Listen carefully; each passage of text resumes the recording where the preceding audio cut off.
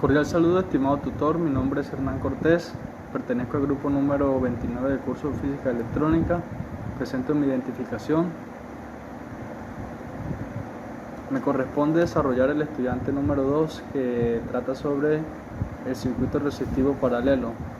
Entonces, para ello vamos a iniciar hallando lo que es los valores del voltaje, la corriente que pasa por cada una de las resistencias y la resistencia equivalente. Para hallarlo con el procedimiento teórico, entonces vamos a iniciar aplicando lo que es la ley de Ohm. Con la ley de Ohm podemos calcular, ya que tenemos los datos del voltaje y la resistencia, podemos calcular la corriente que pasa por ella. Utilizando la ecuación de la corriente es igual al voltio sobre la resistencia. Reemplazamos los datos. En la resistencia 1 obtenemos una corriente de 17 miliamperios. En la resistencia 2 una corriente de 12.88 miliamperios. Y en la resistencia 3 una corriente de 25.07 miliamperios. Asimismo, para hallar el voltaje en ello, para hallar lo que es la corriente total, hacemos uso de las leyes de Kirchhoff, que nos dice que la suma de las corrientes que salen de un nodo debe ser igual a la suma de las corrientes que entran al nodo, y por tanto se obtiene la ecuación de la I total es igual a la suma de todas las resistencias, obteniendo así una I total de 54.95 miliamperios.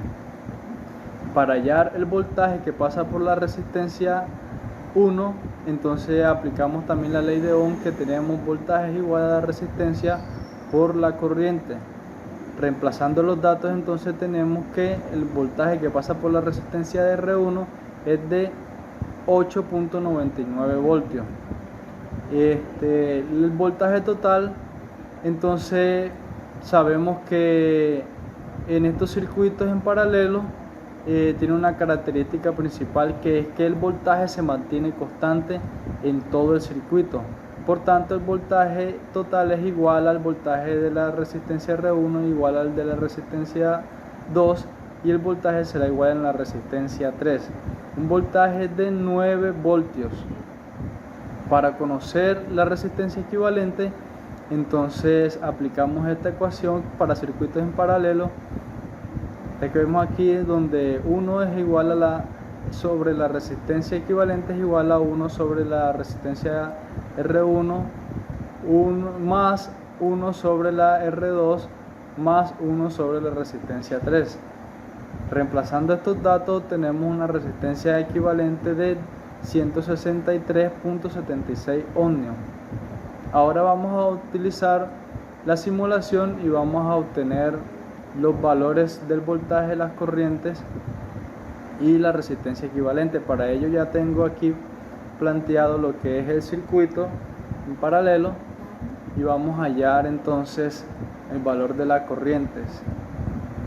Aquí iniciamos y obtenemos aquí 17.0 miliamperios en la resistencia 1. En la resistencia 2 entonces tenemos una corriente de 12.9 miliamperios. En la resistencia 3, una corriente de 21.1 miliamperios y un voltaje de 9. Vamos a hallar ahora lo que es la resistencia equivalente y observamos que es de 164 ohmios. Vamos a responder entonces las preguntas orientadoras. Aquí ya la había plasmado. Aquí llenamos la tabla con los datos obtenidos y entonces nos dice: ¿qué sucede si R1 es mucho menor a al menos 10 veces que R2 y R3? Entonces lo que sucede si disminuimos, aquí tengo la imagen para no demorarnos tanto. Si disminuimos, aquí lo puse en 52 ohmios. Si disminuimos R1, entonces la corriente que pasa por ahí se aumenta. De igual manera, lo que es la corriente en la fuente también aumenta, mientras que las demás resistencias permanecen iguales. Por otro lado, se puede destacar que el voltaje se permanece constante siempre. Si desconecto R1, ¿qué sucede con la corriente en la resistencia R3? Aquí vemos que la he desconectado, inicié la simulación y la corriente R3 queda normal, la corriente R3 no le pasa nada, entonces se mantiene constante, y esto se debe a que en el circuito en paralelo se encuentran independientes cada uno de los elementos. Por tanto, al desconectar la resistencia, la corriente total se regula y en ese caso pues se disminuye lo que es la corriente de la fuente.